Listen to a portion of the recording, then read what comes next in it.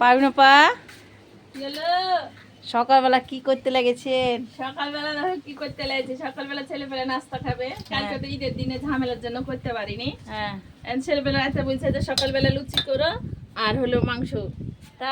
তাই জন্য দুই বোনে লেগে গেছেন একবারে। রাত্রিরে মাংস রান্না করে রেখেছি, হ্যাঁ এখন গরম করে দিব। ও আর এই যে লুচি ভাজছি, গরম গরম লুচি ভাজছি।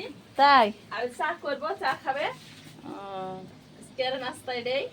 সকালের নাস্তাই দেয়। আর মাংসের তরকারি ঈদের মতন তো এত মাংস তো কোনো সময় রান্না হয় না। হ্যাঁ আর ঈদের মতন স্বাদও হয় না। স্বাদও হয় না, আর জান ভরে তো ছেলেপেলে খেতেও পায় না অতটা, ঠিক আছে।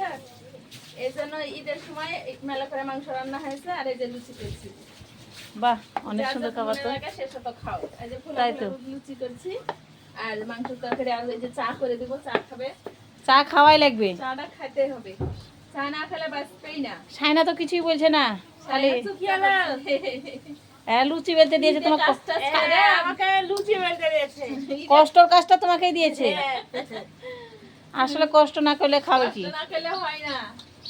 তাই তো। কষ্ট করলে তো খেতে পাওয়া যাবে ভালো মন্দ। আর আমি যদি বসে থাকি তাহলে কি ভালো মন্দ খেতে পাওয়া যাবে? তাই তো। কষ্ট করলে ভালো মন্দ খেতে পাওয়া যাবে, কষ্ট করে তৈরি করতে হবে, হ্যাঁ তাহলে মুখে উঠবে খাবার।